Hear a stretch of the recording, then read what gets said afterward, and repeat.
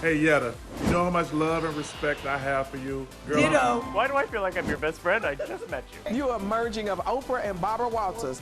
There you go. Joining us at the desk today is Emmy Award-winning journalist and anchor. It's Yetta Gibson, everybody.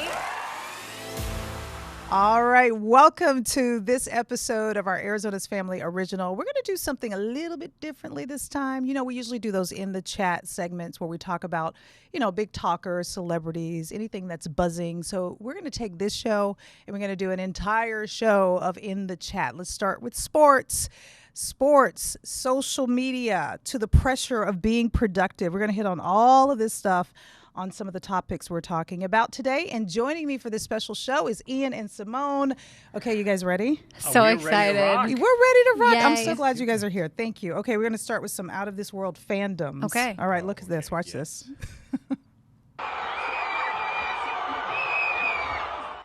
Okay, so who's happy that the Knicks won? I think we're both happy. Yeah, I'm excited. Are you okay, Simone? Was that your team? No, I'm a Sixers fan, but I think okay. the East Coaster in me is happy for New York. Yeah. It's a great story. You know, I'm not a sports fan at all, but I just love the story of what happened here. So we've all seen videos that are, you know, of the crazy fans. That was just celebrations, but the craziness has definitely happened. The Knicks fans going bananas over the win. By the way, the Knicks head coach Mike Brown, he used to play for Mesa Community College back in the day. We got representing. And that's not all. For the big soccer tournament happening right here in the U.S. as well, people are not only going into debt over fandom and things that they they're leaving their jobs to get tickets to the FIFA World Cup. There's a headline right there: World Cup or bust, going into debt, sleeping 10 to a room, and layovers for days. Now, I know you're a big fan of which team, The Simone? Philadelphia Eagles. How far would you go? How about that? Well, I have a Philadelphia Eagles Super Bowl tattoo from the first Super Bowl. You really do? Yeah. She does not. Where is it? It's on my ankle. It's PG-13. It's We're gonna forget that. 52, yeah. And was that like a bet or No. You're sober? just that sober. Yeah, lifelong fan. life. What about? And you're a Suns fan. I mean, you're a local guy. I would spend a decent amount of money, but What I is would it? not Define sleep. decent. Well, I mean, if they went to the finals, well, no, they already did that. They did. I don't know. We'll see. We have to check the bank account. I would not sleep in 10 to a room though. You wouldn't? For any Suns game For anything. or Even probably if- anything. I'm too no. old. You're too old to sleep 10 to a room. But what if it was like, I don't know, you know, again, not a sports fan over here, but what is the ultimate thing that would make you go even farther than a tattoo? Oh, that's a good question. I mean, because Ian's like, absolutely not, I wouldn't do these things, but you look like maybe you would. Your face is There's saying not you much would. I wouldn't do.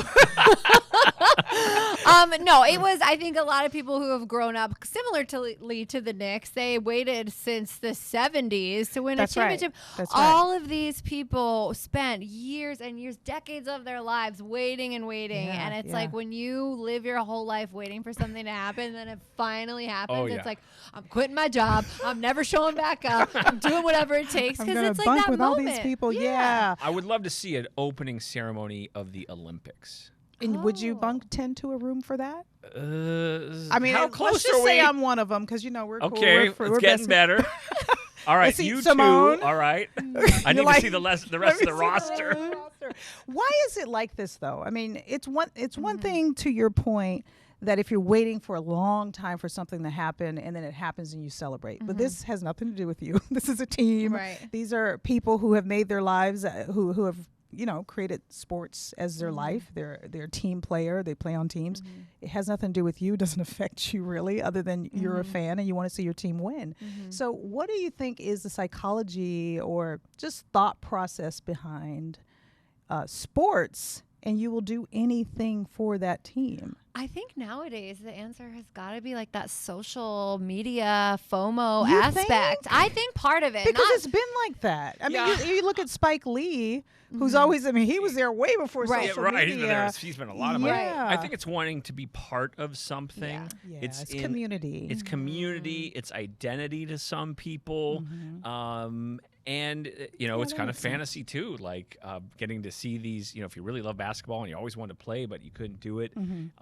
There's spectacles, there's awe involved. I mean, when you're in a game, I was at a Suns final game when they were playing against the Bucks, and I mean, it was nuts. crazy. Yeah. Like I'm getting the chills thinking about it. It was so loud. Yeah. People were just juiced up, and it's just there's not many things in life that really can do that for That's you. true. That's true. Especially now. Yeah. With everything so crazy. The happiest I've ever been in my life has been inside of Lincoln Financial Field where the Eagles play. Because it's my place. It's my happy it's your place. happy place. It's my No, happy I get place. it. No, I get it. Yeah. One day I will become a fan. We're happy to of have something. you anytime. But I mean, to your point, Ian, not a sports fan, for the sport, but I love being a part of, the Atlanta Braves. I love going to those games. You're an A girl. I am. Concert's the same True. thing. That's right. If it's not a sports deal. True. Okay, let's talk about something else. I mean, none of us could play sports on the side and make a little don't money. See that. No. But there are side hustles out there because everybody's looking to make it a little extra money, especially nowadays. We all know times are tough. More people seem to be picking up a side gig to supplement their income. Check this out.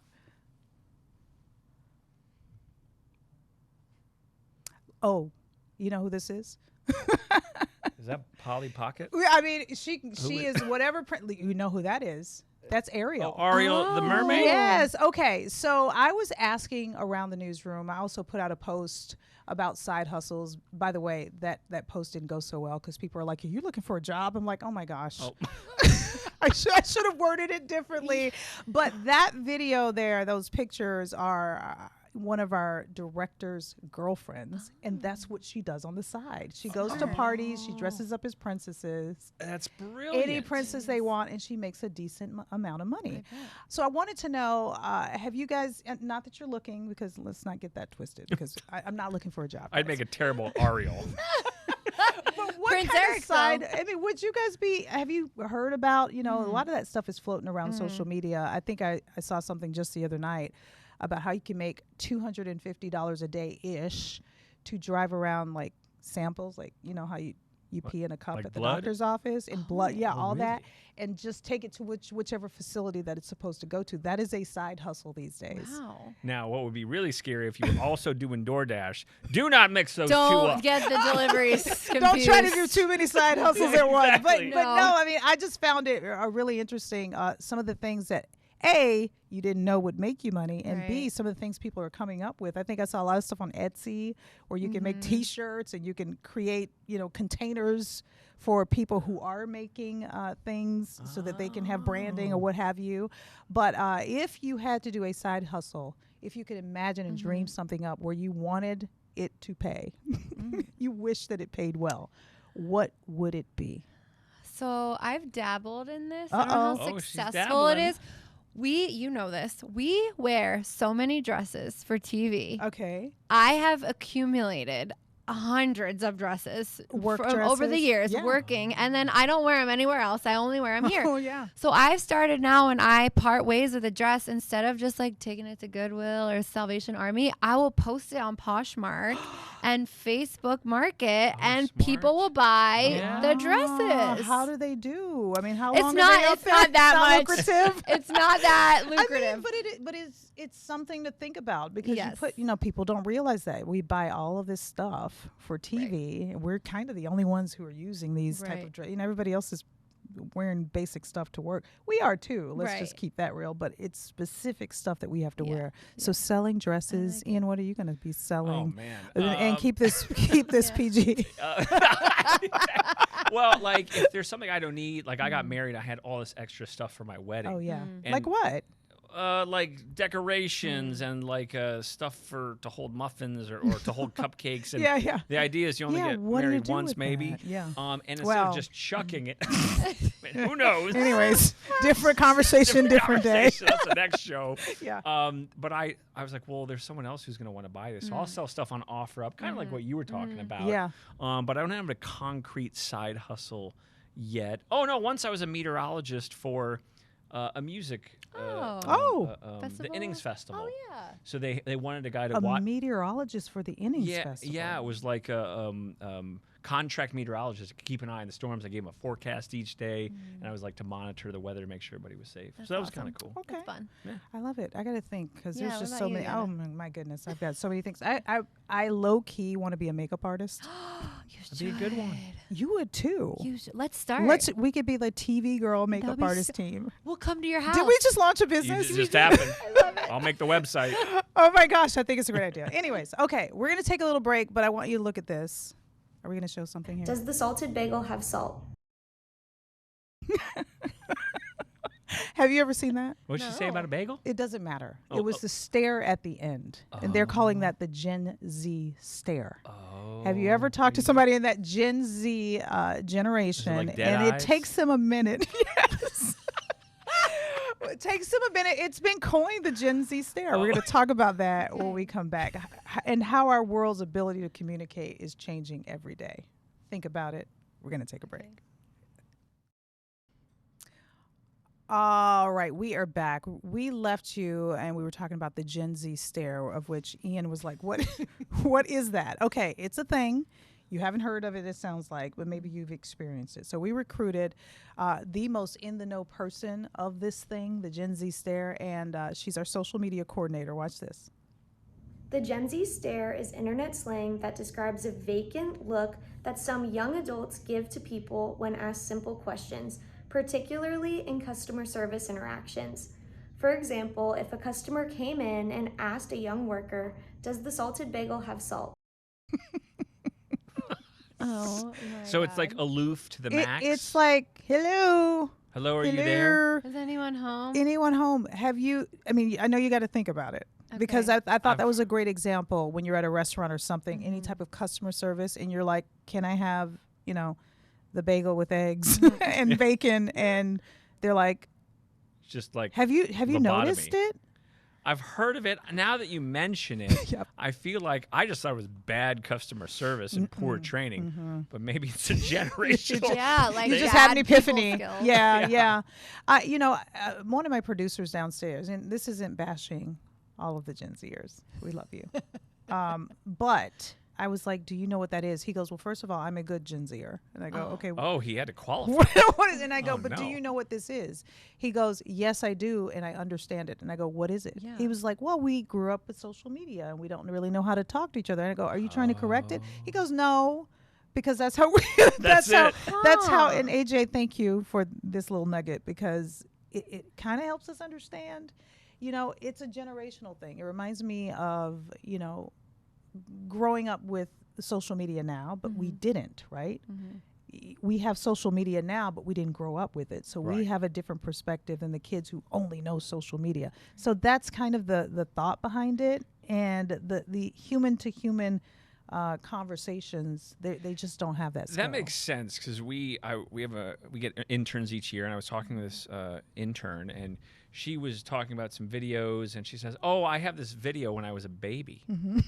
Do you know how long it would take me to find a video of me as a baby? Right, and we don't think A about month. that. We don't think about She that. had They're- it on her phone. She pulled up immediately. on her phone. No, Yes. I would have to go dig in some crates. Yeah, exactly. Right. And then I have to transfer it. And from- so if you really think about that, Yeah. all was they know shocking. are videos, and all they know is what's online, and that's how they learn the news online, which is why we're doing so much streaming and things like that, because the things have changed. Right. So, I just wanted to talk about it and Yeah. see if you guys have noticed it, or if you just realize, oh, wait a minute, that's what I've been That's seeing all what this that time. is. I Yeah. feel like now I'm gonna be hyper aware when I'm talking to people. just start like, snapping at are people. we staring Yeah. too much eye contact, not Yeah. enough? It's like the millennial pause that we got roasted for. Oh, is that a thing? When we the do millennial the pause and the videos? Gen Z that's a stare. thing. Wow. That's it, what folks. is that? The millennial pause is mainly when you're making a video online, but like you get the video out and you're like, "Hey guys, welcome to my channel." You're- It's like, because you are waiting for it to record To and start. to start. And there's like this breath. It's only like a second, the millennial pause. But it is this, oh, is this thing on recording? Right.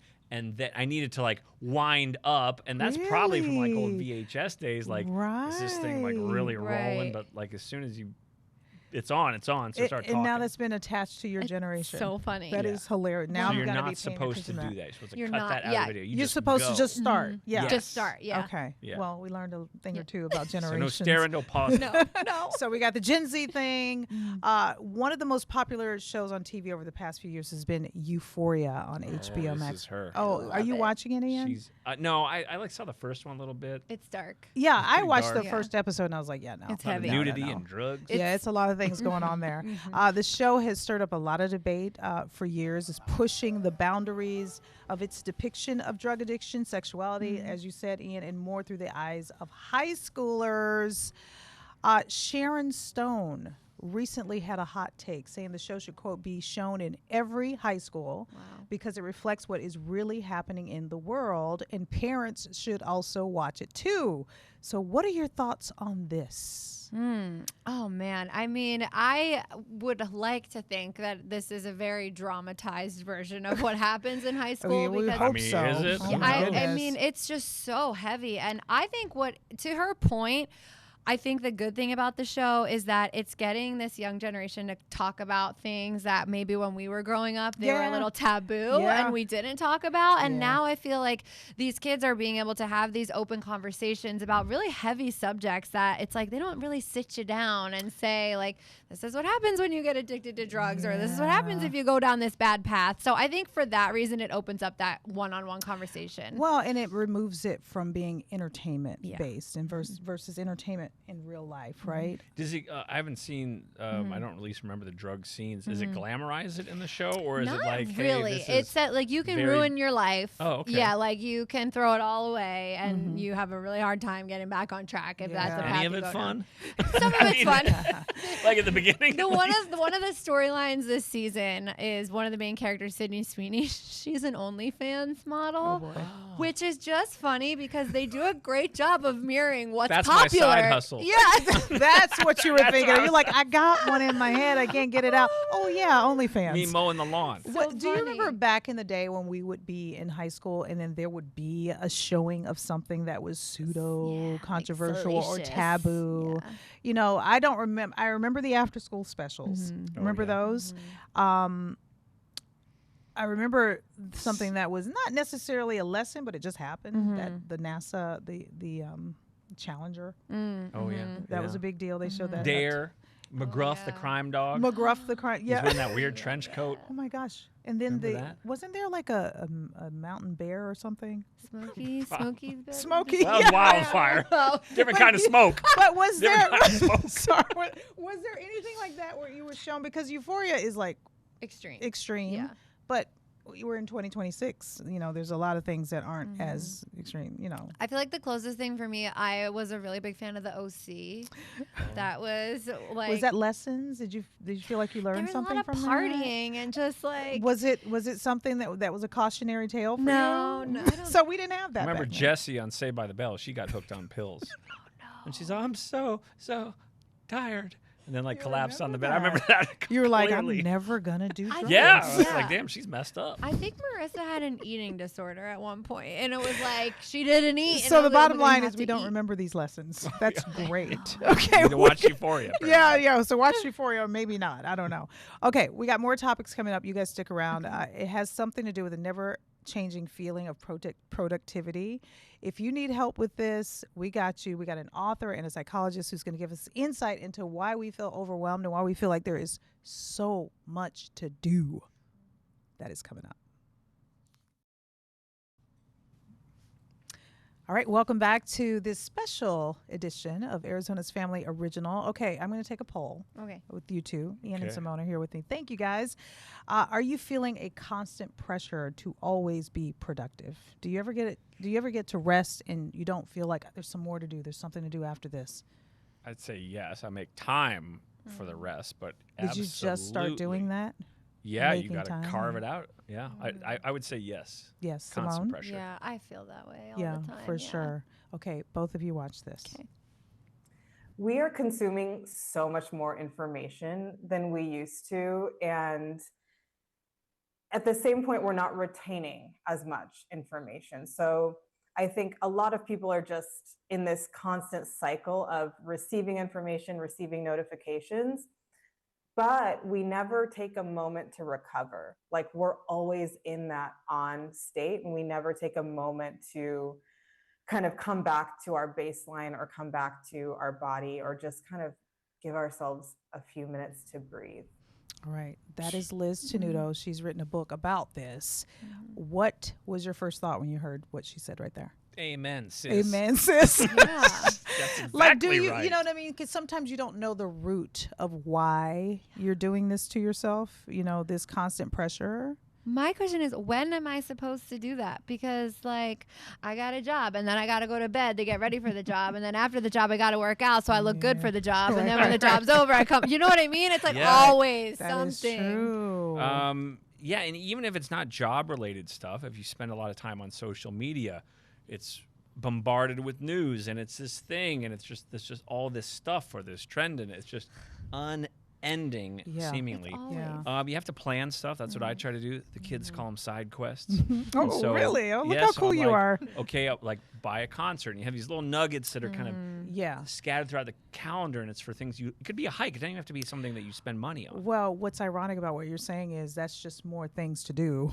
Well, is plan. Right. Is what plan. am I going to wear to the And concert? then I got to buy outfits. Right. Just go to the concert and enjoy yourself. It's so funny. One of the last concerts we went to, Simone, was because you were working. Right. And you were able to get us to go to that concert. And like, here's the thing, Yetta. I hate to be a complainer because it's like I try to be like, I'm so blessed. Like, look at this amazing opportunity I have every day. But I would be lying if I didn't say, like, yes, it is exhausting. Yeah. Or even choosing like somewhere to eat. Yeah. You're like, what's the new spot? Well, especially in Arizona, it's like so many places. Then you're looking on like Yelp reviews and like, oh well, this one has this many stars, and should I go? And then you're driving yourself just insane. It's like, it's okay to have a bad meal. Yeah. Go to a crummy restaurant. You've done it before. People used to do that. Like, trying to not get so wound up and involved in things. Yeah. Now, I don't always practice that, but I try to. So stop for Yes, right now. Exactly. And Which you real mentioned. quickly, we got like 20 seconds. What are some things you do to bring joy outside of the, because we have established, yes, it's a lot. So what are you doing for yourself? Concerts are great. I mean, that's my thing. Not every day. Simone? Obviously the vacations, but they're expensive. So like, Hey, no more bitching. I know. I try to just FaceTime my family. They're like my favorite thing. Yeah. Anytime I talk to my family, I smile. Like, it's guaranteed. That's a good one. Petting my dogs. That's a good one. Cooking. I like cooking. Oh yeah, we love it when you cook. Like I'm coming right over. Yes. Yeah, just simple stuff, chilling, and try to get grounded. The kids say. Look at you. I know. Oh, I love it, guys. What about you? Concerts. I'm a music person, so anything music makes me happy. Whether I'm listening to it 24/7 in the gym, going to a concert, music is my thing for sure. Thank you guys for being here. How fun was this? So fun. Can we do this all the time? Show, I think we should. Come on now. I love it. I gotta do the side hustle. We gotta go to work. Yeah, we gotta go back to time. work. There's so many things to do. Thank you so much, and thank you for watching this Arizona's Family Original. We will see you again next week. That was awesome. Thank you.